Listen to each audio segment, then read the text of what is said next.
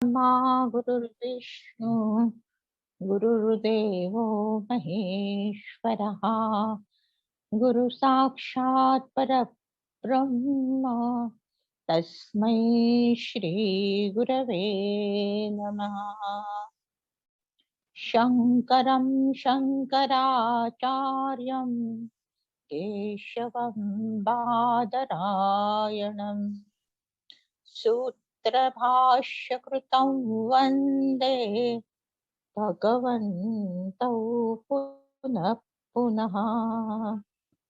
सद्गुरुनाथ महाराज की जय। सकल संत परिवाराचे धन्यवाद मानते, सेवा करण्याची संधी दिल्याबद्दल, आणि सर्व श्रोत्यांना मनपूर्वक वंदन करते. श्री गणेशाच्या चरणी, शारदेच्या चरणी आणि सद्गुरु चरणी मनोभावे नमन करून आजच्या आपल्या या तोटकाष्टक, ह्याचे 8 अष्टक आहेत. त्याच्यामधले 4 आपण घेतले होते आधी, आणि आज हे 4वर चिंतन करायचं आहे. तर आता पहिला आपण बघितलं होतं, आधी सुरुवातीला कथाभाग बघितलेला होता की ह्याच्यामध्ये मुख्य बघायचं आहे की सेवेतून हे काय झालेलं आहे, हे अष्टक स्फुरलेलं आहे त्यांना. हे असे शंकराचार्यांचे शिष्य, जे तोटकाचार्य, म्हणजे ते नाव त्यांनी शंकराचार्यांनी तेव्हा दिलेलं आहे. तर तो कथाभाग आपण बघितला होता. आपण कोणी नसतील म्हणून 1 मिनिटात सांगते की ज्या वेळेस असे शंकराचार्य पाठ घेत असत रोज सकाळी, आणि त्यावेळेस त्यांचा हा शिष्य गिरी नावाचा, तो अजून पाठाला आलेला नसतो, आणि म्हणून ते त्याची वाट बघत असतात. तेव्हा सगळे शिष्य, त्यांचे विद्वान ते सगळे म्हणतात की सुरू करा ना आचार्य पाठ, कारण आम्ही ब्रह्मनिरूपण ऐकण्यासाठी अगदी उत्सुक झालेलो आहोत. तेव्हा ते म्हणतात, तो गिरी येतोय ना? तो गिरी काय महामठोपाध्याय आहे, त्याला काय तो असला काय नसला काय सारखंच आहे. कारण त्याला काय आहे, त्याचं अभ्यासाचं काही, त्याचं सेवेमध्ये पूर्ण सगळं लक्ष असायचं. आणि आता सुद्धा तो छाती त्यांची धुवत असतो, आणि म्हणून त्याला उशीर झाला असतो, आणि तेवढ्यात तो काय पळत येतो तिथून, आणि त्याच्या खांद्यावरती छाती असते. आता वास्तविक हे सगळे शिष्यांना अहंकार झालेला असतो ज्ञानाचा, आणि शंकराचार्यांच्या ते लक्षात आलेलं असतं, आणि म्हणून त्यांची ही योजना असते. आणि तेव्हा तो येतो, तेव्हा ते पटकन त्याच्याकडे दृष्टी टाकतात. म्हणून म्हटले, सद्गुरूंच्या काय स्पर्शातून, दृष्टीतून असा अनुग्रह होत असतो, आणि त्याच्याकडे ते दृष्टी टाकतात, आणि तो त्यांना नमस्कार करतो, आणि त्याला म्हणतात, आजचा तूच पाठ हा घ्यायचा आहे. आणि त्यावेळेस त्या शब्दांनी त्याच्या अंतःकरणातली प्रज्ञा पूर्ण प्रज्वलित होते, आणि त्या प्रज्ञेतून हे काय झालेलं, हे अष्टक येतं की तो गुरूंची स्तुती करतो. इतकं भाव विभोर होऊन स्तुती करतोय की त्याच्या डोळ्यातून पण अश्रू येत आहेत, आणि ऐकणाऱ्यांच्या डोळ्यातून पण अश्रू येत आहेत. असं हे अष्टक सद्गुरूंचं महत्व दाखवणार असं त्या शंकराचार्याच्या शिष्यानी रचलंय. आणि त्यानंतर तो पाठ घेतो. आता वास्तविक काहीही त्याला माहित नसतं, पण तो पाठ घेतो, आणि त्यावेळेस त्याचं नाव तोटकाचार्य शंकराचार्य ठेवतात. पहिल्या आपण श्लोकांचं बघूयात 1 मिनिटात, त्याचा आढावा थोडा. की सुरुवातीला ते म्हणतात की हे सर्व सद्गुरू, सत्कडे नेणारे ते काय सद्गुरू, सच्च ज्ञान करून देतात ते सद्गुरू. की ते कसे आहात तुम्ही, तर वेदांत शास्त्र रूपी अमृताचा महासागर. आता वेदांतामध्ये काय सांगितलेलं आहे, अमृत काय आहे, तर तो आत्मा कसा आहे, त्या आत्म्यालाच जाणायचं आहे. म्हणून म्हटलेलं आहे की ब्रह्म सत्य जगन मिथ्या, हेच काय आहे, वेदाचं सार आहे, आणि तेच अमृत आहे. आणि त्या अमृताला, म्हणजे त्या आत्म्याला काय आहे, यथार्थपणे त्यांनी अनुभव घेतलेला आहे. तुम्ही सद्गुरू आहात, म्हणून अत्यंत पूजनीय श्रेष्ठ आहात. आणि जिज्ञासूंसाठी तुम्ही काय केलं तर उपनिषदांचा अर्थाचा निधी प्रकट केला. आता उपनिषदांमध्ये सुद्धा काय सांगितलेलं आहे, आत्म्याचंच वर्णन सांगितलेलं आहे. आत्मज्ञानच करून घ्या आणि तो आत्मा कसा आहे जाणा. आणि म्हणून सद्गुरु तुम्ही मला काय आधार द्या, माझं रक्षण करा, म्हणजे मला ते काय आहे खरा जो आधार आहे, सच्चा आधार हा खरा आधार आहे. आणि तोच आधार मला मिळवून द्या आणि मला आत्मज्ञान मिळवून माझं रक्षण करा. नाहीतर काय आहे, पुन्हा पुन्हा या भवसागरात गटांगळ्या खाणं हे रक्षण करणं म्हणजेच काय. तर पुढे म्हणतात की असे सद्गुरु तुम्ही दुसऱ्या याच्यात म्हणतात करुणा सागर आहात. आणि किती करुणा हा सद्गुरूंचा स्वभाव आहे.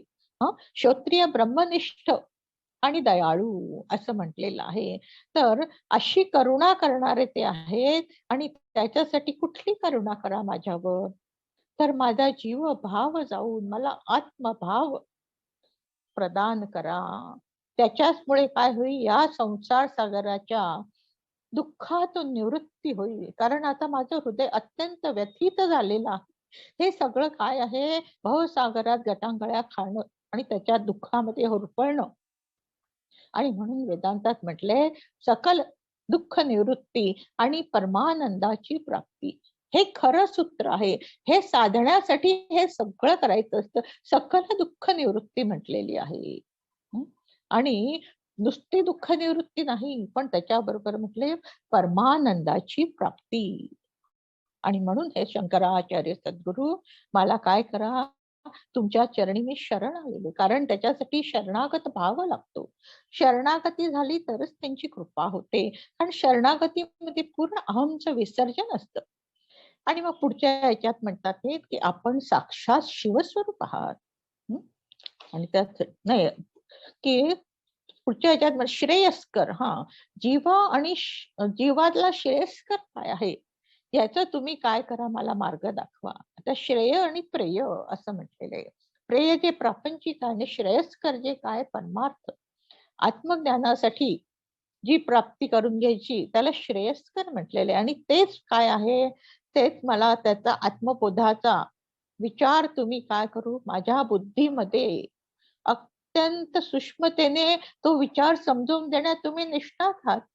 कारण सद्गुरूच काय आहे, हा जीव शिवाचा तत्वमसीचा हा जो बोध करतात आणि जीव शिव आहे हे समजून देण्यात ते कसे असतात, अत्यंत निष्णात असतात. आणि म्हणून जीवात्मा आणि परमात्मा याचं यथार्थ ज्ञान होईल असा माझ्यावर अनुग्रह करा अशी मागणी केलेली आहे. आणि चौथ्या याच्यात म्हटलेले आपण साक्षात शिवस्वरूप आहात. आणि हे जाणून माझे मन अत्यंत आनंदी झाले. कारण तू शिवस्वरूप म्हणजे शिव म्हणजे आनंद, म्हणजे आनंद स्वरूप आहात तुम्ही. आता ज्याच्याजवळ आनंद असेल तोच आनंद देऊ शकतो ना. आणि म्हणून ते म्हणतात माझं मन आनंदी झालंय, कारण आता तो मला आनंद मिळेल. आणि त्याच शोक मोहरूपी हा जो महासागर आहे याच सगळं काय आहे निवारण होईल. इथपर्यंत आपण गेल्या वेळेस बघितलं होतं. आणि आता आज आपण पुढचं हे बघणार आहोत. सुकृते दुकृते बहुता भवतो भविता समदर्शन लालसता अतिदीनमिमं परिपालय मां भवशंकर देशिक मे शरणं भवशंकर देशिक मे शरणं. आता ह्याच्यात म्हणतात हे सद्गुरु की ज्याने अनेक सुकृत करून पुण्य प्राप्त करून घेतले आहे ना, तशात पुण्यशील अधिकारी पुरुषाच्या मनामध्ये आपल्या चरण दर्शनाची तीव्र तळमळ निर्माण होऊ शकते. आता काय सांगतात ते तिथे की सुकृत, सुकृते धिकृते बहुता भवतो. की सुकृत म्हणजे काय आहे, सु म्हणजे चांगली आणि कृत म्हणजे कर्म. चांगली कर्म ज्याच्याकडून झालेली आहेत त्याच्या वाट्याला काय येतं, त्याचं पुण्य प्राप्त होतं. आणि असा पुण्यशाळीच अधिकारी होतो. आणि अशा अधिकारामुळेच त्याच्या मनामध्ये काय होतं, चरण दर्शनाची, आता चरण म्हटलेले, चरण म्हणजे अधिष्ठान, आणि अधिष्ठान काय, परमात्मा हा अधिष्ठान आहे सगळ्या जगाचं. आणि म्हणून त्या परमात्म्याच्या दर्शनाची तीव्र तळमळ निर्माण होते. आता चांगली कर्म म्हणजे काय, सुकृत म्हणजे चांगली कर्मे. चांगली कर्म म्हणजे कुठली, तर निष्काम भावाने केलेली कर्म, त्याला चांगली कर्म सुकृत म्हणतात. की जशी काय, परोपकारार्थ कर्म करतो, दान धर्म करतो, तीर्थयात्रा करतो, अनुष्ठाने करतो, व्रत वैकल्य, ही सगळी कर्म करतो. आता त्याच्यामध्ये परोपकारार्थ कर्म केली की त्याच्यामध्ये काय, फळाची अपेक्षा ठेवायची नाही, परतीची अपेक्षा ठेवली नाही. पण काय आहे, एखाद्या काय त्याला मदत गरज आहे आणि ती निष्काम भावनेने करणं, त्याला काय आहे, त्याला खरं परोपकार कर्म म्हटलं जातं. तसं मग म्हटलंय दान धर्म. दान धर्म आता सगळेजण खूप करतात. श्रावणामध्ये, अधिक महिन्यामध्ये, त्यानंतर काय आहे, वेगळ्या वेगळ्या वेगळ्या वेगळ्या जे काय व्रत येत असतात त्या निमित्ताने अनेक पद्धतीने दान धर्म केली जातात. हं? पण त्या दान धर्माच्या मागे काय आहे, इच्छा असते की माझं काहीतरी हे बरं व्हावं, ते बरं व्हावं. जसं समर्थ म्हणतात दासबोधामध्ये की, काय म्हणतो तो, की तीर्थक्षेत्रावर जाऊन मी हे दान करतो आणि त्याच्या बदल्यात एक पैसा दान करतो आणि त्याच्या बदल्यात मला काय अखंड वैभव पुढच्या जन्मी भोगायला मिळू दे, म्हणजे पुढच्या जन्माची पण व्यवस्था करून ठेवतो. अशा प्रकारचे कोणी काय करतात, आमच्या खोलीला नाव द्या आमचं, कोणी म्हणतात पायरीला नाव द्या, कोणी काय म्हणून तुरीपोतीला काय आहे, हुंडी ठेवलेली आहे की गुप्त दान. गुप्त दानामध्ये काय आहे, काहीच नाही, कुठली अपेक्षाच नाही. त्यानंतर तीर्थयात्रेला जातात. आता तीर्थयात्रेला सुद्धा अनेक मनामध्ये संकल्प असतात, अनेक इच्छा असतात. आणि आता वैष्णवदेवी आपल्याला माहिती, वैष्णवदेवीला काय काहीतरी कामना घेऊनच जातात सगळेजण. तर तसं न होता असं म्हटलेलं आहे की खरं वास्तविक बद्रीनाथला खूप वर्षापूर्वी आम्ही गेलो होतो, तेव्हा तिथे लिहिलेलं मी वाचलं होतं की तुम्ही या क्षेत्रावर आल्यावर तुमचा एक विकार सोडा. ते खरं, ती खरी तीर्थयात्रा. एक एक विकार प्रत्येक तीर्थक्षेत्री सोडले पाहिजे. हं? तर ते निष्काम होते. अनुष्ठाने करतो. आता अनुष्ठानामध्ये पण काय आहे, काही ना काही खूप सुप्त इच्छा मनामध्ये असतातच. हं? आणि ह्या संसार इतका सत्य वाटतो आणि त्या संसारात मला सगळं हे मिळावं, ते मिळावं, आणि त्यामुळे सगळी कर्म सकामतेने केली जातात. व्रत, वैकल्य हे सगळं. पण त्याच्यासाठी म्हणून म्हटलंय की जर ती निष्काम भावानी झाली ना, तर त्याच्यातून शुद्ध पुण्य तयार होत असतं. कारण ही ह्या सगळ्या ठिकाणी तुम्ही कर्म खूप केली, खूप दान धर्म, तीर्थयात्रा, सगळं अनुष्ठानं खूप केली, पण कामना ठेवून केल्या तर त्याच्यातून पुण्य तयार होतं. आणि त्या पुण्यातून काय होतं, स्वर्गाची प्राप्ती होते. आणि त्यानंतर स्वर्गातलं ते पुण्य संपलं की पुन्हा खाली ढकलून दिलं जातं, खाली यावं लागतं. माऊलींची फार खूप सुंदर ओवी आहे त्याच्यासाठी की, पुण्यात्मके पापे स्वर्गात अशी, पापात्मके पापे नरकादाशी, हे दोहीशी पावशी ते सिद्ध पुण्य. काय म्हटलेलं आहे, या दोन्ही पेक्षा, म्हणजे पुण्यात्मके पापे स्वर्गात जाते. पुण्य केलं त्याला पण पापच म्हटलेलं आहे, कारण ते पुण्य संपणार पुण्य आहे आणि त्यांनी स्वर्गाची प्राप्ती आहे. आणि पापात्मक पाप तर काय आहे, ते नरकालाच नेणार आहे. पण या दोन्ही पेक्षा जे निष्काम भावाने केलं जातं त्याच्यातून शुद्ध पुण्य तयार होतं. आणि त्या शुद्ध पुण्यामुळेच काय म्हटलेलं आहे की, ही जी म्हटलेलं आहे ना की अधिकार येतो. शुद्ध पुण्याचं फलित म्हणजे अधिकार संपन्नता पुरुषाच्या मनामध्ये यायला लागते आणि चरणाची तळमळ निर्माण होते. म्हणजेच काय होतं की, शुद्ध पुण्याने शुद्ध व्हायला लागतं, अंतःकरण शुद्ध असतं. निष्कामता आली की अंतःकरण शुद्ध होतं आणि त्या शुद्धतेमुळे मध्ये विवेक करण्यात विवेक प्रगट व्हायला लागतो. की खरा विवेक म्हणजे आता व्यवहारात सुद्धा आपण बघतो, विवेक पुष्कळ सगळेजण जर उत्तम विवेक करून व्यवहार केला तर तो व्यवहार अत्यंत सुंदर होतो. हं. आणि तोच विवेक म्हटलेला आहे परमार्थामध्ये अजून काय त्याला विकसित केले, की तिथे आत्मानात्म विवेक सांगितलंय, सार विवेक सांगितलेले. तर असा आत्मा काय आहे, अनात्मा काय आहे, हा विवेक करायला शिकायचंय. म्हणजे प्रपंच करत करत काय आहे, प्रत्येक घटना, प्रत्येक परिस्थिती, प्रत्येक वस्तू, आता आपल्या समोरचा आता हा सोफा आहे, हा सोफा काय आहे, उत्पन्न झालेला आहे. एक उदाहरण सांगते फक्त, की उत्पन्न झालेला आहे, त्यामुळे तो काय थोडा काळ नवीन असतो. 10-15 वर्ष गेली की जुना होतो, फाटतो आणि टाकून देतो. म्हणजे काय, त्याला नाश आहे. अशी प्रत्येक गोष्टी ही कशी आहे, या जगातली सगळी उत्पन्न झालेली आणि ती नाश पावणारी आहे. प्रत्येक घटना असो, परिस्थिती असो, सगळी काय आहे, येते आणि जाते, येते आणि जाते. कुठलाही टिकत नाही. आणि असा विवेक कळला की काय होतं, बाकी म्हणून म्हटलं की सत्य काय आहे, आत्मा तेवढा सत्य आहे आणि बाकी हे दिसणारं सगळं उत्पन्न नाश होणार आहे, म्हणून ते अनात्म आहे.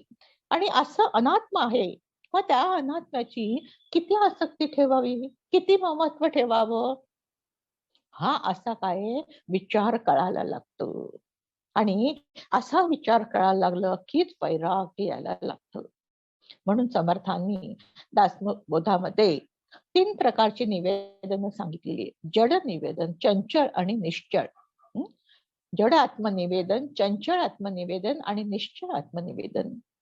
आता हा विवेक विवेक घट्ट होण्यासाठी ही निवेदन आपण समजून घेतली, तर अजून विवेक कसा होतो, पूर्ण घट्ट व्हायला लागतो, तो विवेक बाणायला लागतो. जसं जडामध्ये म्हटलेले, की हे सगळं दिसणार जग कसं आहे, जड आहे. हं? सगळ्या वस्तू पदार्थ सगळे जड आहेत. आता त्या जडामध्ये ची पण केवढी आसक्ती आहे. अगदी त्याच्यामध्ये म्हटलेले नुसते पदार्थ दिसणारे नाही, आपला देह सुद्धा जड आहे. त्याच्यामध्ये ते चैतन्य आहे म्हणून तो चंचल वाटतो. हं? वास्तविक तो देह सुद्धा पंचमहाभूतांचा जडच आहे. आणि मग अशा प्रकारे समजून घेतलं, तर काय आहे, ते सगळं काय समर्पण करून टाकायचं. निवेदन म्हणजे काय, निवेदन म्हणजे अर्पण करायचं, की हे सगळं जड आहे, हे सगळं दिसणारं आणि देहासकट सगळं काय आहे, त्याच्यात इथे अर्पण करायचं. म्हणजे काय झालं, अर्पण केलं की आता त्याच्यावर माझेपणाचा भाव गेला. हं? आता म्हणून माऊली काय सांगते, मी आणि माझे विसरले दयाचे अंतःकरण, तो नित्य संन्यासी जाणं. की मी आणि माझं विसरायचंय, त्याच्यासाठी हे निवेदन आपल्याला खूप उपयोगाला पडतात. चंचल म्हटलेले, आता चंचल मध्ये काय, सगळीकडे तो जगदीश्वर भरलेला आहे. अणु रेणू मध्ये सगळीकडे तोच भरून आहे. मग आता आणि हे सगळं करतोय कोण, तोच करता आहे. हं? आणि त्याच्यामुळे आता मी करता आपण म्हणतो, हे किती चुकीचं आहे. कारण माझ्या देहात पण तोच करतोय, करणारा तोच असलेला, या जगातला पण सगळा करता तोच आहे. आणि म्हणून त्याच्या ठिकाणी काय आहे, सगळं सगळं केलेलं त्याच्या ठिकाणी अर्पण करायचं. हे चंचल झालं. आणि निश्चळ म्हटलेले, की निश्चळ आत्मदेव निवेदनात म्हटलेले, की सगळी वास्तविक हे सगळं जग मायानिर्मित आहे. म्हणजेच काय म्हटलंय, स्वप्नवत आहे. जसं स्वप्न कसं भासित असतं, तसं हे सगळं उत्पन्न होतं आणि नाश पावतं. आज असतं ते उद्या नसतं, उद्या असतं ते परवा नसतं. म्हणून त्याला स्वप्नवत म्हटलेलं आहे. आणि त्याच्यामुळे मध्ये मी हा सुद्धा कसा आहे, नाहीच आहे खरा. खरा कोण आहे, फक्त तोच एक भरलेला आहे सगळीकडे. असा करून मी पण त्याला वाहून टाकायचा. तर काय होतं, अत्यंत विवेक घट्ट होत जातं आणि वैराग्य येतं. म्हणजेच काय, आसक्ती रहित अवस्था निर्माण होते. म्हणजे राहायचंय प्रपंचात, सगळं करायचंय, पण काय आहे, त्याची आसक्ती सगळी कमी व्हायला लागते. हा काय झालेला, अधिकार संपन्नतेची ही काय झाल्या पायऱ्या आहेत. त्यानंतर म्हटले शमदम, उपरम, श्रद्धा, समाधान, तितिक्षा आणि मुमुक्षुत्व. आता शम म्हणजे काय? इंद्रियांना काय करायचं? आवरायचं. अरे मनाला आवरायचं आहे. विषयांपासून मनाला आवरायचं आहे. कारण आपण बघितलं की हे सगळे विषय सुद्धा कसे आहेत? तात्पुरते असतात. तात्पुरतं सुख देत असतात, क्षणिक असतात. आणि म्हणून विहित जे असतील तेवढे ठेवून निषिद्ध विषयांपासून मनाला आवरायचं आहे. दम म्हणजे काय? इंद्रियांना आवरायचं आहे. म्हणजे आता एखादं खूप सुंदर जेवण आहे, ताट वाढून आणले, पण ते कोणीच म्हटलं की त्याच्यात विष कालवलेलं आहे. आता हे कळल्यावर जेवू का आपण? नाही जेवणार. म्हणून काय आहे की ते दिसायला सुंदर दिसतंय, इंद्रियांना ते आकर्षून घेतायत विषय, पण ते कसे आहेत? वास्तविक विषवत आहे. म्हणजेच ते कसे आहे? क्षणिक सुख देतात आणि त्याच्याबरोबर पुन्हा दुःख येतात. आणि म्हणून त्याच्यापासून आवरायचे मनाला, इंद्रियांना. आणि मग म्हटले श्रद्धा. श्रद्धा म्हणजे सद्गुरु आणि देवावर श्रद्धा ठेवायची आहे. ईश्वरांनी काय सांगितलेलं आहे? सद्गुरु काय सांगतात? त्यांच्या वाक्यावर श्रद्धा ठेवायची, संतांच्या वाक्यावर श्रद्धा ठेवायची. आणि पुढे म्हटलेलं आहे समाधान. जे येईल वाटायला त्याच्यामध्ये समाधानाने राहायला शिकायचं आहे. कारण हे सगळंच कसं आहे? परिवर्तनशील जगत आहे. आणि हा सगळा संसार पण परिवर्तनशील येणारा जाणारा आहे. आणि म्हणून जसं तसं प्रारब्धाने जे वाटायला येईल त्याच्यात समाधान ठेवायला शिकायचं. आणि पुढे म्हणले तितिक्षा म्हणजे प्रारब्धाने जे येईल ते विना तक्रार सहन करायचं. असं जेव्हा अंतःकरणाची अवस्था होते तेव्हा मुमुक्षुत्व जागृत होतं. आणि मुमुक्षुत्व म्हणजे मोक्षाची इच्छा, म्हणजे त्या चरण कमलाची तीव्र तळमळ निर्माण होते. आणि अशा प्रकारे शुद्ध पुण्यामुळेच काय म्हटलेले, निष्काम कर्म केलं की शुद्ध पुण्य, शुद्ध पुण्याने त्या अधिकार संपन्नता येते. आणि त्याचाच परिणाम होतो, एक ध्येय निर्मिती व्हायला लागते. काय मनामध्ये एक नक्की ध्येय काय आहे हे कळायला लागतं. म्हणून आता असं म्हटलेलं आहे की बहुत सुकृताची जोडी म्हणून विठ्ठली आवडी. सुकृत म्हणून अशी काय आहे? अशी निष्काम कर्म घडली तरच काय? विठ्ठल चरणाची गोडी निर्माण होते. म्हणून म्हटले की सुकृत असताना तेव्हा दुसरं पण इथे म्हणतात की सद्गुरूंची पण भेट घडत असते. की अनेक जन्म अशी निष्काम कर्म घडतात तेव्हा शुद्ध पुण्य साचत जात आणि सद्गुरूंची प्राप्ती होते. हा असे हे आचार्यांचे, शंकराचार्यांचे जे सगळे शिष्य आहे ना, हे पण त्यांना असे भाग्याने लाभलेले आहेत. आणि त्या शिष्यांना पण असे सद्गुरू भाग्याने लाभलेले आहेत. एक छोटस उदाहरण आपण बघूया सुकृताबद्दल. की आचार्य शंकराचार्यांचंच आपण बघणार आहोत उदाहरण. की ते गोकर्ण महाबळेश्वरला गेले आणि तिथून मग ते श्रीवल्ली या गावी आले. ग्रामस्थांनी काय आचार्यांच्या विषयी खूप ऐकलेलं होतं आणि त्यामुळे त्यांची कीर्ती ऐकलेली होती. त्यांना खूप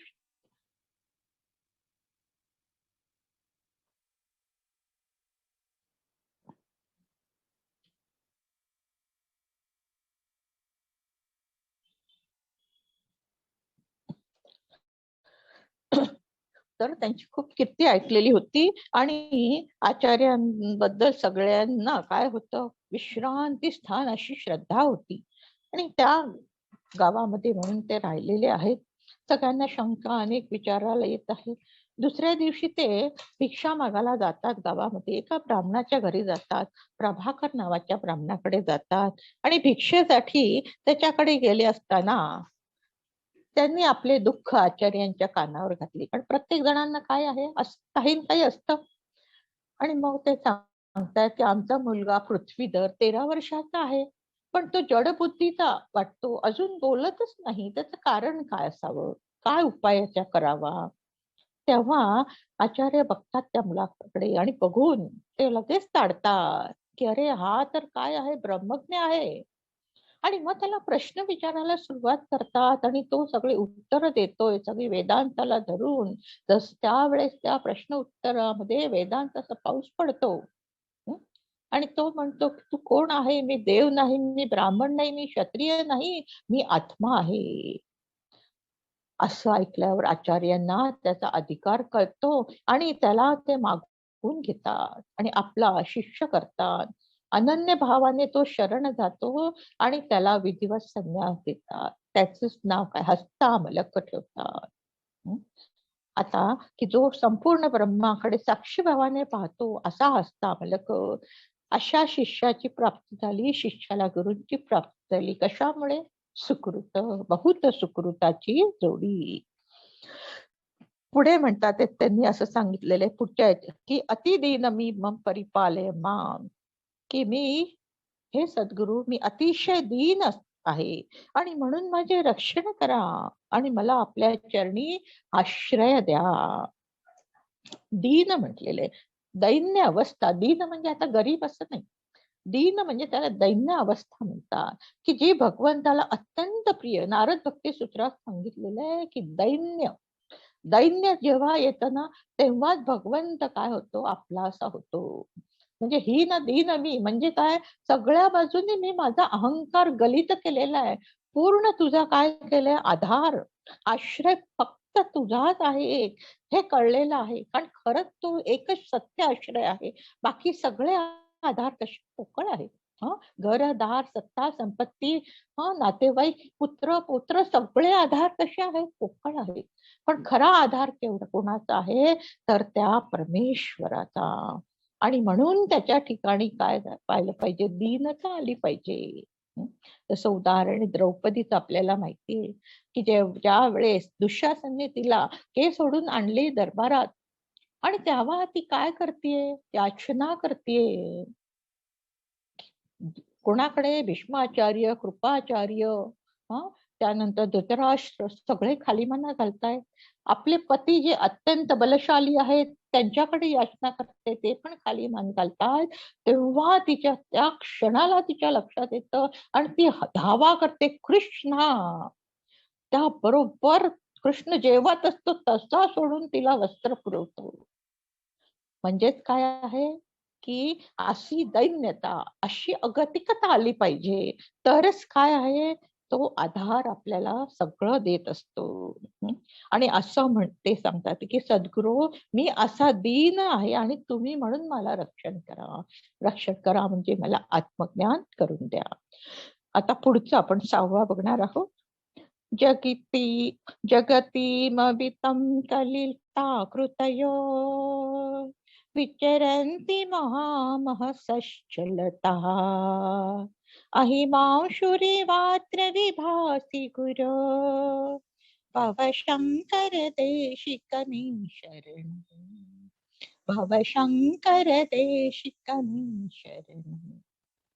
आता याच्यात सांगतात की हे सद्गुरू, विश्वाचे संरक्षण करण्यासाठी सहस्त्र रूपे धारण करून परमेश्वराच्या ज्या अनेक विभूती, त्या त्या विभूतीच्या रूपात, तेजस्वी रूपाने या विश्वात संचार करीत असतात.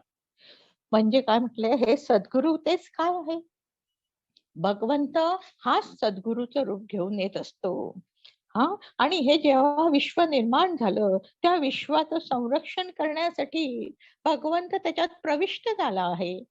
आणि त्यांनी कशा सहस्त्र रूप धारण करून त्यांनी काय केलेलं आहे, प्रविष्ट झाला. आणि तीच रूप आपण विभूतीच्या रूपाने ओळखतो. आणि या सगळ्या विश्वात संचार त्याचा विभूतीच्या रूपाने आहे. म्हणून गीतेच्या 9व्या अध्यायामध्ये विभूती योग सांगितलेला आहे, की जिथे जिथे म्हणजे श्रेष्ठत्व आहे ते सगळी काय भगवंताची विभूती आहे असं म्हटलेलं आहे. म्हणून किती विभूती म्हटलंय, की सर्वांच्या हृदयात आत्मरूपाने मी आहे, ही पहिलीच विभूती म्हटले. कारण सगळ्यात श्रेष्ठ काय आहे, तो आत्मा आहे आणि तो सगळ्यांच्या हृदयात भरून आहे. वास्तविक आता आपल्याला कळत नाही, दिसत नाही, त्याचा अनुभव येत नाही आणि आपण चुकीचंच काय सगळं समजतो. पण खरं काय म्हटलेलं आहे, सगळ्यांच्या हृदयात तो एक आत्माच भरलेला आहे. त्यानंतर विष्णू रूपाने, सूर्य रूपाने, चंद्रमा रूपाने. आता विष्णू हा काय आधार आहे, सगळ्यांचा आधार काय आहे, तो विष्णू आहे. त्यानंतर सूर्य रूपाने म्हटलेले, कारण सूर्य हा काय तो प्रकाश देतो, पाऊस त्याच्यामुळे पडतो आणि धनधान्य संपन्न होतं. म्हणून हे सगळं काय आहे, तोच सूर्य काय करतो आहे, सगळी स्थिती सांभाळतो या विश्वाची. आणि चंद्रमा काय वनस्पतींचं पोषण करत असतो आणि म्हणून या सगळ्या वनस्पती उत्पन्न होतात. त्यानंतर म्हटलंय वेद आहे, वेदामध्ये सामवेद मी आहे. आता सामवेद हा गायन केला जातो, गायला जातो आणि गायन अत्यंत प्रिय भगवंताला, आणि म्हणून तो काय आहे, तो श्रेष्ठ जास्त आहे आणि म्हणून तिथे भगवंताची विभूती म्हटलेली आहे. मग देवांमध्ये इंद्र, मन, जीवन शक्ती, शंकर मी आहे, कुबेर मी आहे, अग्नी मी आहे, सूर्य, पर्वत, बृहस्पती, स्कंद, समुद्र, सगळ्या ऋषींमध्ये भृगु ऋषी, जप यज्ञामध्ये जपयज्ञ, सगळ्या हिमालय म्हटलेलं आहे, आणि मुनींमध्ये नारद मुनी, वृक्षामध्ये पिपळ वृक्ष, आणि कपिल सिद्धांतमध्ये कपिल मुनी, गायीमध्ये कामधेनू कामदेव, आणि सर्पराजांमध्ये वासुकी, अशा अनंत विभूती सांगितलेल्या आहेत.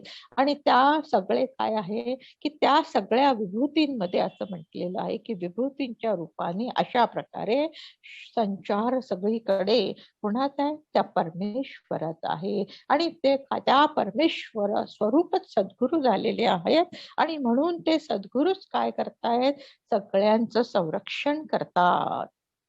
वास्तविक या सगळ्या विभूतींचं आपण पूजन करतो आणि पूजन केल्यामुळे काय आलंबन आपल्याला मिळतं. आलंबनाशिवाय पूजन करता येत नाही आणि पूजनाशिवाय काय आहे, त्याच्यापर्यंत जाता येत नाही. आणि म्हणून इथे पुढे म्हणतात की हे सद्गुरु, तुम्ही प्रत्यक्ष मात्र सूर्याप्रमाणे मला दिसत आहात, म्हणजे या सगळ्या विभूतींच्या रूपाने आहात, पण मला मात्र काय दिसतात, सूर्यासारखे दिसतात. म्हणून मी तुम्हाला शरण आलेलो आहे. आता सूर्यासारखं का म्हटलेलं आहे की सूर्य काय करतो, सूर्यप्रकाश देतो आणि अंधार नष्ट करतो. आता अंधार म्हणजे काय, अज्ञान, तसा हा ज्ञानरूपी सूर्य, म्हणजे सूर्य दिसतात म्हणजे तो जसा सूर्य आहे प्रकाशित, तसे तुम्ही कसे ज्ञान सूर्य आहात. आणि तो ते ज्ञान सूर्य काय करत असतो, अज्ञानाचं अज्ञान घालवत असतो, अज्ञानाचं आवरण दूर करत असतो. आणि म्हणून असा अज्ञान रूपी अंधकार घालवणारे असे सद्गुरु तुम्ही आहात. आता गुरुचा अर्थच काय होतो, गुरु म्हणजेच काय, अज्ञान घालतो, अंधार घालवतो, त्यांनाच गुरु म्हटलं जातं. आणि म्हणून इथे सांगतात की तुम्ही माझं काय केलेलं आहे, अज्ञान रूपी अंधार घालवलाय. माऊलींची खूप सुंदर ओवी आहे की ते 16व्या अध्यायात पहिलीच हे सांगितलेली की मावळवीत विश्वावासू, नवल उदयला चंडांशू. मावळवीत, मावळ जेव्हा हा ज्ञान चंडांश सूर्य, ज्ञान सूर्य जेव्हा उगतो त्यावेळेस काय होतं, ह्या सगळ्या विश्वाचा हे सगळं विश्व जे आहे ते सत्य वाटतंय, ते सगळं भासित आहे असं प्रत्ययाला यायला लागतं, त्याच्यातली सत्यता निघून जाते. म्हणून ते इथे सांगतात की हे सद्गुरु, तुम्ही कसे आहात माझ्यासाठी, ज्ञान रूपी सूर्य आहात. आणि असा हा अंधार घालवणारे आणि अशा विभूती रूपाने, म्हणजे श्रेष्ठत्व रूपाने मला काय करतात, माझे रक्षण करणारे आहात. आता तिसरं आपण बघूया, गुरु पुंगव पुंगव केतन ते, समता समया नहीं कोटि सुधी, शरणागत वत्सल तत्वनिधे, भव शंकर देशिक शरणं, भव शंकर देशिक शरणं. आता इथे म्हणतात की हे सद्गुरु, आपण कसे आहात, तर परमश्रेष्ठ गुरुवर, गुरु पुंगव पुंगव केतन ते, परमश्रेष्ठ गुरुवर आहात. आता परमश्रेष्ठ म्हटलेलं आहे. आता परम म्हणजे काय, सगळ्यामध्ये परम आणि सगळ्यामध्ये जे श्रेष्ठ. तसे तुम्ही आहात. कारण सगळ्यात श्रेष्ठ काय आहे याच्यामध्ये? परमात्मा.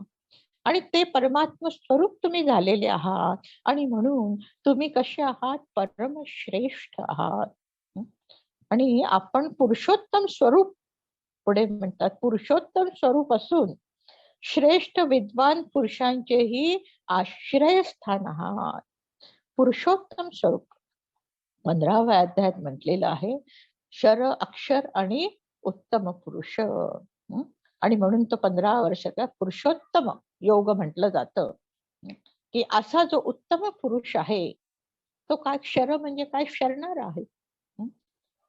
त्यानंतर अक्षर, त्याच्यामध्ये हा जो काय आहे अक्षर, जो जीव आहे तो निघून जातो. आणि उत्तम जो आहे तो कसा आहे? परमात्मा आहे. आणि असा तुम्ही काय आहे? पुरुषोत्तम स्वरूप आहात, म्हणजेच परमात्मा स्वरूप आहात. आणि म्हणून श्रेष्ठ विद्वान पुरुषांचेही कशा आहात? आश्रयस्थान आहात. श्रेष्ठ जे आहेत, जे विद्वान आहेत, त्या सगळ्यांना खरं आश्रय त्या ज्याला काय आहे? कळलेलं आहे. त्यांनी त्याचा आश्रय तो कोणाला करतो? या सगळ्या जगातल्या व्यवहाराला आश्रय नाही करत, पण खरा आश्रय तो कुठे करतो? त्या परमात्म्याचाच आश्रय धरतो. अगदी आपण पण सगळेजण खरं त्या काय आहे? मनापासून त्या परमेश्वराचा आश्रय करत असतो. पण चुकीने भ्रमाने मात्र काय वाटत असतं आपल्याला? की नाही नाही, याचा काय आहे? माझा सत्याचा आश्रय आहे, मला मुलांचा आश्रय, मला संपत्तीचा आश्रय आहे. ज्या वेळेस एखादं काय आहे, एखादा काहीतरी आजारी मनुष्य असतो, त्याचं ऑपरेशन झालेलं आहे आणि त्यावेळेस डॉक्टरांना काय म्हणतो? तुम्हीच देव आहात, तुम्हीच त्याला आता वाचवणार आहात. पण ते डॉक्टर पण काय म्हणतात? की मी माझं काम केलेलं आहे, पण आता तुम्ही करुणा कुणाची भागा? तर त्या परमेश्वराची भागा. कारण खरा तोचा आश्रय, तो आता काय करेल ते खरं आहे. आणि हे सगळ्या गोष्टी विद्वान पुरुषांना पूर्ण कळलेल्या असतात. आणि म्हणून त्यांचं म्हटलेलं आश्रयस्थान की तोच आहे. असं हा काय आहे? भगवंतच काय? भगवंतच या भक्ताला काय करत असतो? सगळ्या प्रकारचा आश्रय देत असतो. म्हणून भक्ताला, जो भक्तीच्या मार्गाने जातो त्याला आणि जो ज्ञानाच्या मार्गाने जातो, दोघांचा आश्रय खरा कोण आहे? तोच आहे. आपण थोडस उदाहरण बघूया, म्हणजे लक्षात येत आपल्याला. सावतामाळींचं एक उदाहरण आहे. खूप सावतामाळी पूर्ण भक्त होते. तर ते सोलापूरच्या तिकडे एका गावामध्ये राहत असत. एकदा काय वारी झालेली असते आणि वारी होऊन सगळेजण परतत असतात. आणि त्यावेळेस सावतामाळ्यांचं शेत पण इतकं छान धनधान्यांनी छान समृद्ध झालेलं असतं, खूप धान्य पिकलेलं असतं. त्यावेळेस ते सगळे जात असतात तिथून. तेव्हा ते सगळ्या वारकऱ्यांना बोलवतात. 12ची वेळ असते आणि म्हणून त्यांना बोलवतात की भोजन करून जा. सगळ्यांना भोजन करतात, भोजनाने तृप्त होतात, पण तरी ते सगळे थोडे दुःखी दिसत असतात. आता सावतामाळ विचारतात की एवढी तृप्ती झाली तरी पण तुम्हाला तुमचं असं उदासीन का वाटत आहात तुम्ही? तर ते म्हणतात, तुमच्या इथे काय धान्य खूप छान पिकलेलं आहे, पण आमच्या इथे ना दुष्काळ पडलेला आहे आणि म्हणून आमच्या तिथे धान्य नाहीये हो, आम्हाला थोडं थोडं धान्य द्याल का तुमचं? ते पत्नीला विचारतात सावतामाळी. पत्नी म्हणते, हो त्यांना देऊन टाकलं तर आपण काय करायचं? ते म्हणतात की अगं, सगळ्यांच्या आतमध्ये जो आत्मा आहे, त्या आत्म्याला संतुष्ट केले तर तो आपल्याला काही काय करेल? आपल्याला काही आपत्तीत टाकेल का? आणि म्हणून ते सांगतात की सगळ्यांना घेऊन जा तुम्हाला. आणि प्रत्येक जण काय आहे, सगळं थोडं थोडं धान्य करत घेऊन जातात. सगळं धान्य संपून जातं. दुसऱ्या दिवशी पेरणी करायची असते. पेरणी करताना काय बघतात तर काय धान्य त्याच्यात दाणेच नाही. कुठे मागायला जातात गावात, कोणी देत नाही. ते म्हणतात, वेड्यासारखे तू आपलं देऊन कशाला टाकलं, आम्ही काही देणार नाही. मग आता एक जण मग शेवट काय करतो, कुस्तीत त्यांना कडू भोपळ्याच्या बिया देतो. घाल म्हणे तुझ्या ह्याची पेरणी कर. मग सावतामाळी काय करतात, खरंच त्या कडू भोपळ्यांच्या बियांची पेरणी करतात. आता हळूहळू त्याच्यावर काय आहे, भोपळे यायला लागतात. आता वास्तविक त्याचं काय रक्षण करण्याची काही गरज नसते, कुत्रा पण खाणार नाही ते. तरी पण सावतामाळी रोज काय करायचे, सकाळ जाऊन तिथे राखण करण्याच्या निमित्ताने नामस्मरण करत बसायचे आणि नंतर थोड्या उरलेल्या वेळामध्ये कुठे दुसरीकडे मोलमजुरी करायला जायची. अशा प्रकारे खूप मोठे काय आता भोपळे सगळे लागतात. किती लागतात, एक मनुष्य आतमध्ये मावेल एवढे. एके दिवशी काय त्यांच्या घरात काहीच नसतं आणि म्हणून ते एक भोपळा घेऊन जातात. घरी जाऊन चिरतात. चिरतात तर काय होतं, त्याच्यातून धो धो त्या गव्हाच्या दाण्यांचा पाऊस पडतो. एवढा मोठा भोपळा पूर्ण गव्हाच्या दाण्यांनी भरलेला असतो. दुसरा आणतात, दुसरा सुद्धा काय, त्याच्यातून पण एवढे गव्हाचे दाणे येतात. मग कोणीतरी चोरून नेतं. ही गोष्ट काय हा हा करता गावात कळते. कोणीतरी चोरून नेतं, पण त्याच्या भोपळ्यातून दाणे येत नाही. मग ही गोष्ट त्या राजाला कळते. तो पण येतो आणि तो म्हणतो, काय तुझी भक्ती. म्हणजे देव कसं रक्षण करत असतो काय, त्याच्या तिथे असं म्हटलेलं आहे की असा तोच खरा आश्रयदाता आहे, तोच मध्ये सगळं चालवणार आहे. इतका शरणागत भाव असेल ना, तर तो काय आहे, अशा प्रकारे दया करत असतो. आणि पुढे म्हटलेले की असा भक्तावर असा जो भक्त असेल त्याच्यावर तशी दया करतो. आणि जो ज्ञानी भक्त आहे त्याला काय आहे, सद्गुरु इथे सांगितलेलं आहे की तत्वाचे साक्षात निधी आहात. म्हणजे शरणागतावर दया करणारे असून त्या तत्वनिधे म्हणजे तत्वाचं साक्षात त्याला काय करतात, आकलन करून देतात. तत्व काय, परमात्मा तत्व आहे. त्या तत्वाचं आता तत्वाचं विवरण समजावून सांगतात. आता तत्वाचं विवरण खूप सगळं आहे की हे सगळा देह झालेला आहे, त्याच्यामध्ये 25 तत्वांचा काय आहे, हा सगळा सूक्ष्म देह. त्यानंतर अन्नमय अन्नात जो पोषला जातो तो कसा आहे, तो अन्नाने वाढणारा असा देह. सूक्ष्म देह आतला जो सगळा आहे, मन बुद्धी चित्त अहंकार, कारण देह, महाकारण देह. तर असे हे सगळे पुष्कळ त्याचं विवरण आहे. पण त्याच्यात थोडस आपण बघूया की आता हे पंचमहाभूत आहे. म्हणजे शेवट लक्षात काय घ्यायचंय की तत्वाच्या विवरणामध्ये की ही पंचमहाभूत काय झाली, परमात्मा होता, त्याला स्फुरण झाला, मूळमाया झाली आणि मूळमायेतून 3 गुण झालेले आहेत आणि त्या तमोगुणातून काय झाले, पंचमहाभूते आकाश झाले. आकाशातून काय, वायू, वायूतून अग्नी, अग्नीतून पाणी, पाणीतून पृथ्वी, पृथ्वीवरून ही सगळी जीवसृष्टी. हा, तर आता ही सगळं म्हणजे काय आहे, पंचमहाभूतातून आणि 3 गुणातून अशी ही अष्टधा प्रकृती निर्माण झालेली आहे. मग आता त्याच्यामध्ये काय झालं, देह पण अष्टधा प्रकृतीचेच आहे आणि हे जग सुद्धा अष्टधा प्रकृतीच आहे. मग आता त्या हा देह असा पंचमहाभूतांचा आहे, कसं समजून घ्यायचं की जसं पृथ्वी तत्व आहे. आता पृथ्वी तत्वाचं काय झालेलं या देहामध्ये, तर अस्थि मास मज्जा हे सगळं पृथ्वी तत्वाचं झालेलं आहे. त्यानंतर वायू तत्वाचं, वायू हा म्हणजे प्राण म्हटलेलं आहे की तो वायू 5 पद्धतीने शरीरात काम करतो. प्राण, अपान, उदान, व्यान, समान. प्राण काय करतो, श्वास घेतो सोडतो. उदान काय, कंठामध्ये असतो. तो फक्त काय, ज्या वेळेस हा जीव निघून जातो तेव्हा सूक्ष्म देहातली सगळी वासना आणि संस्कार घेऊन तो सगळा निघून जात असतो. त्यानंतर अपान आहे. अपान हा गुदद्वारामध्ये मूत्र मलमूत्राचं विसर्जन करत असतो, ते काम असतं त्याच्याकडे. समान हा नाभीमध्ये असतो. नाभीमध्ये तो सगळं काय करतो, समतोलत्व जाळवतो देहाचं.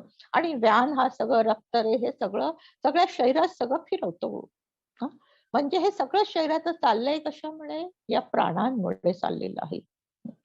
त्यानंतर म्हटलेलं आहे की अग्नी, अग्नी आहे. अग्नी हा सगळा शरीरातच, संपूर्ण शरीरात असतं, गरम असतं ना शरीर आपलं. आणि प्रकर्षाने जठराग्नीत असतो. जठराग्नीमध्ये काय करतो तो, अन्न पचवण्याचं काम करतो. म्हणून जे म्हटले ना, अहम वैश्वानरो भूत्वा प्राणिनां देहमाश्रिता प्राणापान समायुक्त पचाम अन्नम चतुर्विधम. चारही प्रकारचं अन्न पचवतो, म्हणजे चावून खायचं, प्यायचं, चाटायचं, गिळायचं, सगळं अन्न तो पचवतो. आता तो पचवतो म्हणून काय होतं, त्याच्यातून ऊर्जा निर्माण होते आणि त्या ऊर्जेतून हे सगळं देहाचं कार्य चालतं. ही सगळी इंद्रिय करू शकतात. मग आता आम्ही कुठं काय करतोय? हा आणि म्हणून पुढे म्हटलेले की अग्नी झाले आता जल. जल हे जे काय आहे, रक्त, रस, मूत्र, लाळ, हे सगळं जे प्रोफाईल, हे सगळं काय जलतत्वाचं झालेलं आहे. आणि आकाश, आकाश म्हणजे पोकळी आहे. आतमध्ये जिथे जिथे पोकळी तिथे आकाश तत्व आहे. मग आता असा हा सगळा पंचमहाभूतांचा हा देह सगळा आहे. म्हणून माऊली काय म्हणतात, देह ही हाडांची मोडी, शेखी जाईल पंचत्वा. पंचमहाभूते सगळे आपापल्या ह्याच्यात निघून जातात जेव्हा हा प्राण निघून जातो तेव्हा. तर असा हे सगळं काय तत्वाचं विवरण म्हटलेलं आहे की असे 4 देह, 4 अवस्था, त्यानंतर असं सगळं 4 सांगितलेलं आहे. खूप मोठं आहे ते सगळं तत्व विवरण. पण समजून थोडक्यात आपल्याला तेच घ्यायचं आहे की अशा या देहामध्ये जो राहतो, काय या उपाधी माझी गुप्त चैतन्य असे सर्वगत ते तत्वज्ञ संत स्वीकारिती. ही देहाची उपाधी आहे, त्याच्यामध्ये गुप्त रूपाने जे चैतन्य भरलेलं आहे ते निराळं आहे, या देहापेक्षा निराळं आहे आणि तेच तू आहेस असं सद्गुरु सांगता समजवून. की असा हा पंचमहाभूतांचा सगळा काय आहे, उत्पन्न झालेला आहे, नाश होणारे, पण त्याच्यातला जो आत्मा आहे, त्यालाच म्हटलंय तत्वमसी. तेच तू आहेस हे त्याला काय करतात, त्याला समजावून सांगतात. हे समजावून सांगण्याची दया करतात, ही खरी दया म्हटलेली आहे. तोपर्यंत काय आहे, अज्ञानामध्ये हे सगळं मी माझं याच्यामध्येच काय आहे, हा जीव भटकत असतो. पण ते सद्गुरु मात्र त्याला काय करतात की दयाळूपणाने, कारण दया हा त्यांचा काय आहे, त्यांचा धर्म आहे, त्यांचा गुण आहे तो. आणि म्हणून त्याचा जीव भाव सगळा काढून त्याला आत्मभाव प्रदान करतात. म्हणजे तू आत्मा आहे, जीव म्हणजे जो काय आहे, मी एवढा संकुचित आहे असं तो समजून बसलेला आहे, तसा तू नसून तू कसा आहे, व्यापक आत्मस्वरूप आहे.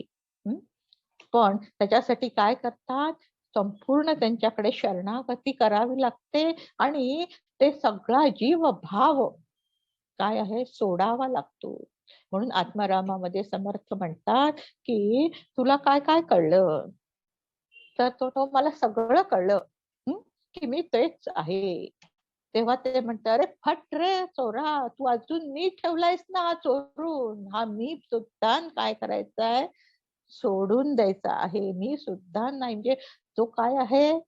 म्हणून तुकाराम महाराज म्हणतात, घेशी तेव्हा देशी ऐसा तू उदार. किती दया करतात की तो जीवभाव सगळा काढून घेतात आणि आत्मभाव प्रदान करतात. अशी दया करणारे आहेत शंकराचार्य सद्गुरु. आणि म्हणून असं माझं काय करा, आत्मज्ञान देऊन माझं रक्षण करा. आता पुढचं आपण बघणार, शेवट आपण बघायचंय. विदितान मया विशदै कला न च किंचन कांचनमस्ति गुरो धृतमेव विधेहि कृपा सहजम् भवशंकर देशिकमे शरणम् भवशंकर देशिकमे शरणम्.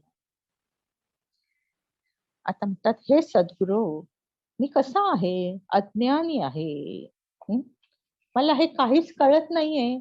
या सगळ्या काय आहे, अज्ञानाने या सगळ्या जगामध्ये मी सत्य मानून याच्यातच अडकून पडलेलो आहे. अज्ञान म्हणजे काय, देह सत्य वाटतोय, त्यानंतर जग सत्य वाटतंय, नातेवाईक सत्य वाटतायत, माझं घर दार सत्ता संपत्ती शेतवाडी व्यवसाय सगळं सत्य वाटतंय आणि त्याचा इतका अहंकार वाटतो. आणि त्याच्यातून राग द्वेष तयार होतात. हे सगळं अज्ञान म्हटलेलं आहे आणि असा मी अज्ञानी आहे. आणि मी शास्त्राचा एक अंश सुद्धा म्हटले नाही किंचन कंचिन मस्ती गुरु, अंश सुद्धा स्पष्टपणे जाणलेला नाहीये. की शास्त्रात आपण बघितलं तोटकाचार्य काय होते, अखंड सेवा करत होते. त्यांनी काय आहे या शास्त्राचं त्यांना जास्त गंध वार्ताच नव्हती. तसंच आपण पण सगळे बघतो, सगळेजण आपल्याला काय खरं शास्त्र जे आहे, आता आपण बघितलं थोडं तत्वविवरणामध्ये, तसं शास्त्रचं काय स्पष्ट माहित नसतं. सगळेजण देवाचं खूप करत असतात. दान धर्म व्रत वैकल्य काय धर्माच्या दृष्टीने अंगाने, आता गणपती आले, नवरात्र येईल, सगळं अगदी खूप छान करतात. सगळं कुळधर्म कुळाच्या सगळं करतात आणि सगळ्यांना काय वाटतं की आम्ही खूप सगळं देवाचं करतो, आम्ही खूप धार्मिक आहोत. पण खरं म्हटलेलं की शास्त्र समजून घेणे, ते शास्त्र समजलं तरच काय होतं की हे सगळं कसं मिथ्यत्व आहे ते मिथ्यत्व लक्षात येतं. म्हणून शास्त्र श्रवणानेच एक विवेक तयार होतो आणि त्याच्यातूनच काय अलिप्तता यायला लागते आणि त्या अलिप्ततेमुळेच काय त्या आनंदाची प्राप्ती होते. आणि म्हणून इथे सांगतात ते की हे सगळं मला काय थोडं सुद्धा माहित नाहीये आणि आपणाला अर्पण करण्यासाठी म्हटलेलं आहे.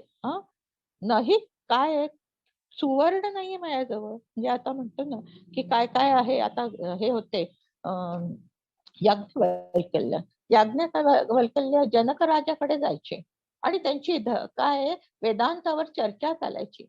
एक प्रश्न विचारण्याचं याज्ञवल्क्य 1000 सोन्यांनी मढवलेल्या गायी घ्यायचे. म्हणजे काय आहे की त्या याच्या बदल्यामध्ये म्हणजे जे सगळं ते ज्ञान द्यायचे त्याच्या बदल्यात त्यांना तेवढ्या गायी अर्पण करायचं. म्हणून इथे म्हणतात की असं अर्पण करण्याला माझ्याजवळ काय सुवर्ण नाही, धन नाही. आणि म्हणून हे श्री गुरु आपण माझ्यावर काय ते कृपा सहजा सत्वर कृपा करा बस. आणि त्याच्यातून मला काय करा, कृतकृत्य करा. खरी मागणी काय मागायची असते ते याच्यात दाखवलेलं आहे की कृतकृत्यता, की खरी कृतकृत्यता कशी होते तर त्या सद्गुरूंच्या कृपेतून जे आत्मज्ञान प्राप्त होतं त्याच्यातून कृतकृत्यता होत असते. आपण सगळे म्हणतो नाही नाही आमचा सगळा संसार खूप छान झाला, आमचे सगळे मुलं बाळ सगळे योग्य ठिकाणी आहे, सगळी शिक्षण सगळी झाली, घरदार बँक बॅलन्स सगळे कृतकृत्य झालं जीवन. पण खरं ते नाही कृतकृत्यता. तर आता तोटकाचार्यांनी सेवेतूनच हे सगळं मिळवलेलं आहे. म्हणून आपण असंच एक गुलाबराव महाराजांच्या जीवनातलं उदाहरण बघणार आहोत की गुलाबराव महाराज अंध होते. विदर्भातून गेले गुलाबराव महाराज आणि ते एकदा असे अमरावतीत का कुठेतरी प्रवचनाला गेलेले होते आणि तिथे आता खूप सगळे लोक येत असत. तर चंद्रपूरचे एक नारायण नावाचा मुलगा त्यांच्या प्रवचनाला गेला होता आणि पहिल्यांदा त्याने ते प्रवचन ऐकलं आणि तो तिथेच राहिला, गेलाच नाही घरी.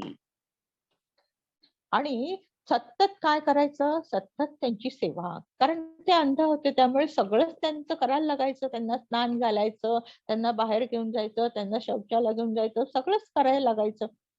आणि ते सगळं काय आहे ते तेव्हा 17-18 वर्षाचे होते ते आणि त्यावेळेस ते त्यांच्या जवळ राहिले. आता वास्तविक गुलाबराव महाराजांचे खूप विद्वान शिष्य होते, कारण गुलाबराव महाराज जे काय आहे बोलायचे ना ते सगळे त्यांचे शिष्य लिहून घ्यायचे आणि त्यांच्या बोलण्यामध्ये इतका ओघ असायचा की एक वाक्य एक शिष्य लिहायचा, दुसरा वाक्य दुसरा, तिसरं वाक्य तिसरा, चौथा वाक्य चौथा शिष्य, पाचवं वाक्य पाचवा शिष्य, पुन्हा 6वं वाक्य पहिला शिष्य. इतक्या त्या स्पीडने बोलायचे कारण ते आतून सगळं येत असायचं ना. आणि त्यामुळे ते सगळे प्रकांड पंडित होते त्यांचे शिष्य सगळे. आता असे सगळे विद्वान शिष्य, पण हे जे नारायण होते ते मात्र अखंड सेवा करत असत. आता ज्या वेळेस गुलाबराव महाराजांचं काय झालेलं आहे, आता अंतकाळ जवळ आलेला आहे आणि त्यावेळेस एकदा ते इथे पुण्यातच येऊन राहिलेत 2.5 महिने शेवटचे. तर त्यावेळेस त्यांनी त्याला विचारलं नारायणांना की अरे त्याला ते मग ते बाबाजी म्हणत की अरे तुला मी काय देऊ, तू खूप सेवा केलीस माझी, खूप सेवा केलीस, तर मी तुला काय देऊ, तू माग, तुला हवं ते माग, मी तुला एक मंत्र सांगेन, त्या मंत्राचं जप केल्याने तुला हवं ते मिळेल. कारण त्यांच्याकडे सिद्धी पण होत्या खूप. तर बाबाजी रडायला लागले आणि ते म्हणाले माझी काय परीक्षा बघताय का तुम्ही, की मला या सगळ्या नश्वर याच्यामध्ये गुंतवायला बघताय का? मला काही नको, मला फक्त तुमची सेवा आणि काय भगवंताची कृपा एवढंच मला हवंय. आणि त्यानंतर एके दिवशी काय झाले की आता जास्त तब्येत झालेली गुलाबराव महाराजांची आणि त्यावेळेस त्यांच्या घरून पण निरोप आलेला आहे त्या बाबाजींच्या, की बाबाजी पंडित त्यांचं नाव आहे, पंडित नारायण पंडित नाव होतं. तर त्यांची आई पण अगदी शेवटच्या घटका मोजत असते. मग आता आईकडे जावं का काय करावं अशी द्विधा मनस्थिती होते. पण किती त्यांची निष्ठा असते ना सद्गुरु चरणी, ते नाही जात. ती गुलाबराव महाराजांजवळच राहतात आणि त्यांचा देह ते देह ठेवतात. त्याच वेळेस काय आईचा पण त्यांचा देह आई पण जाते.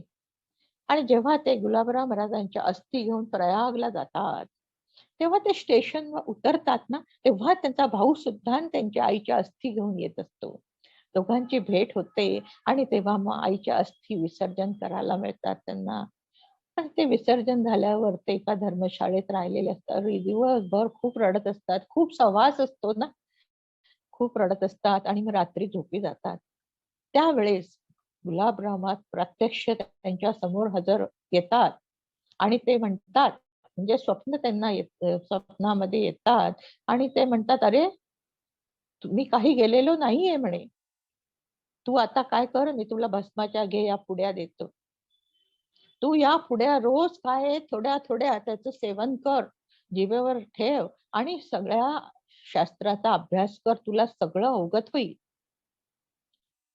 आणि सकाळी ते उठतात, उठून बघतात तर खरंच उशाखाली काय असतात, भस्माच्या पुड्या असतात. मग आता इथे काय होते, थोड्या दिवसात चर्चा सुरू होते की आता अधिकारी कोणाला करायचं गुलाबराव महाराजांच्या तिथे.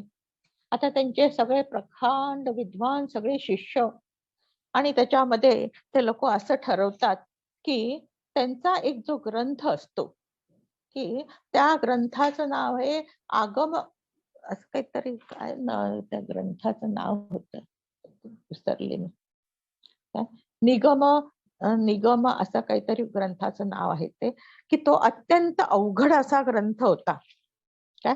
आणि अशा अवघड ग्रंथावर जे कोण निरूपण, निगमांत पथ संदीपक असा ग्रंथ त्यांचा होता, त्याच्यावर जे कोणी निरूपण करेल त्याला उत्तराधिकारी करायचं. सगळे म्हणायला लागले नाही बाबा आम्ही नाही याच्यावर बोलू शकणार, आम्ही याच्यावर बोलू शकणार. ते बाबाजी आपले कोपऱ्यात बसले होते, कोणीतरी उपहासाने चेष्टेने त्यांना म्हटलं अरे बाबाजी तू करशील का. ते म्हणाले महाराजांची इच्छा असेल तर करीन. आणि ते महाराजांचं स्मरण करून बसले आणि त्यांचं स्मरण करून त्यांनी बोलायला सुरुवात केली आणि ते काहीही अभ्यास नव्हता बरं का, आणि 2.5 तास ते बोलत राहिले आणि असं वाटत होतं की जणू महाराजच त्यांच्या वाणीतून बोलत आहेत. आणि मग त्यांना उत्तराधिकारी करण्यात आलं आणि त्यांची ज्ञानेश्वरी, गुढार्थ ज्ञानेश्वरी बाबाजी पंडितांची इतकी सुंदर आहे, अभ्यासनीय अत्यंत आहे. अशा प्रकारे ते सेवेतून म्हटलंय की सेवेतून हे सगळं काय झालेलं त्यांना प्राप्त झालं. आणि म्हणून म्हटलेले की सेवेतून ही अशी आत्मज्ञानाची प्राप्ती आणि कृतकृत्यता. म्हणून म्हटलेले की अशी जी सगळी काय आहे की तो साध घालायला लागते अशी म्हणून म्हटलेले की ही साध घातलेली अष्टकाच्या निमित्ताने सद्गुरूच्या तिथे आणि त्यांना काय कळकळून विनंती केलेली आहे की मला काय करा, ह्या सगळ्या संसारातून तारून न्या. असं हे अत्यंत सुंदर अष्टक होतं. त्याच्या त्रोटकाष्टकांच्या मनातले जे भाव होते ते भाव त्यांनी काय आहे याच्यामध्ये सगळे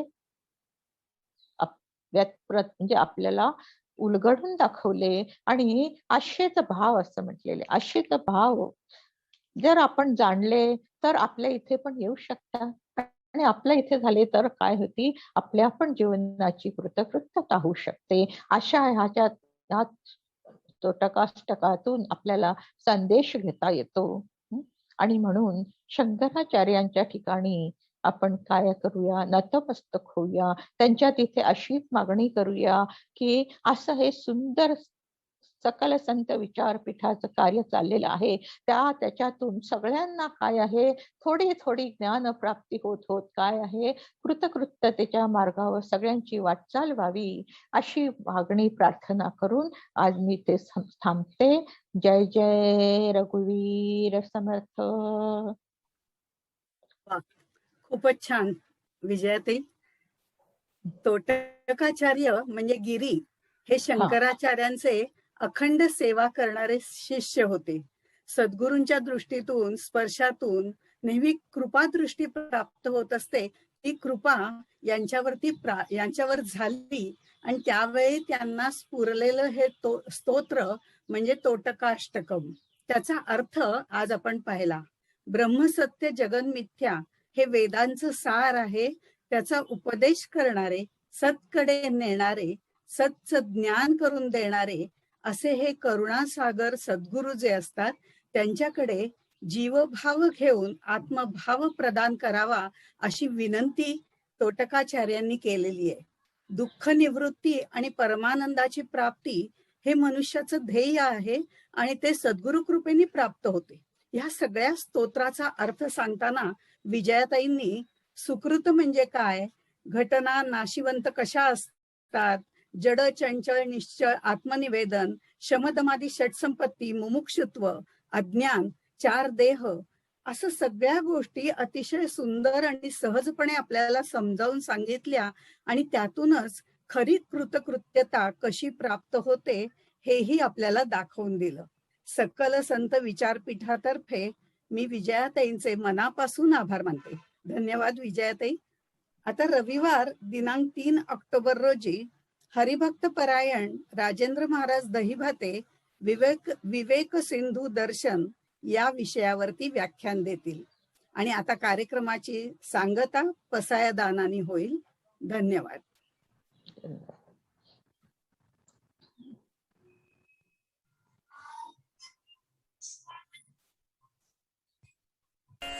आता विश्वात्मके देवी येणे वाग्यज्ञे तोषावे तोषोनी मजद्यावे पसाय दान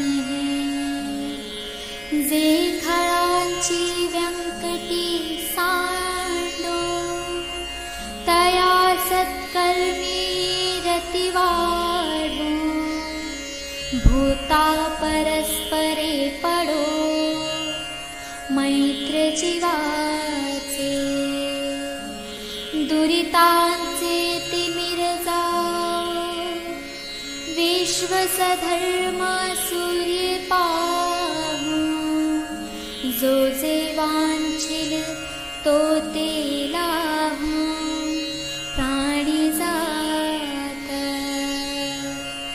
वर्षत सकळ मंगळी ईश्वर निष्ठांची मांदियाळी अनवरत भूमंडळी भेट तू भूता चला कल्पतरूंचे आरव चेतना चिंतामणींचे गाव बोलते जे अर्णव पियुषाचे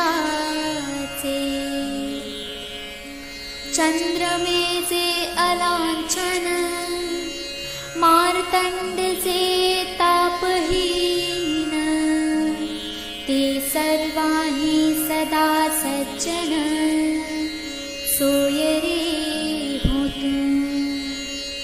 किं बहुना सर्वसुखी पूर्ण होऊनी तिन्ही लोकी भजी जो आदि पुरुखी अखंडित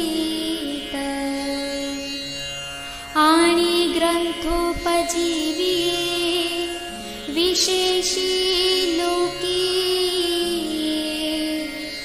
दृष्टा दृष्ट विजये होवावेजी येथ म्हणे श्री विश्वेश्वराव हा होईल दान पसावो येणेवरे ज्ञानदेवो सुखिया जाना सुखिया जाना सुखिया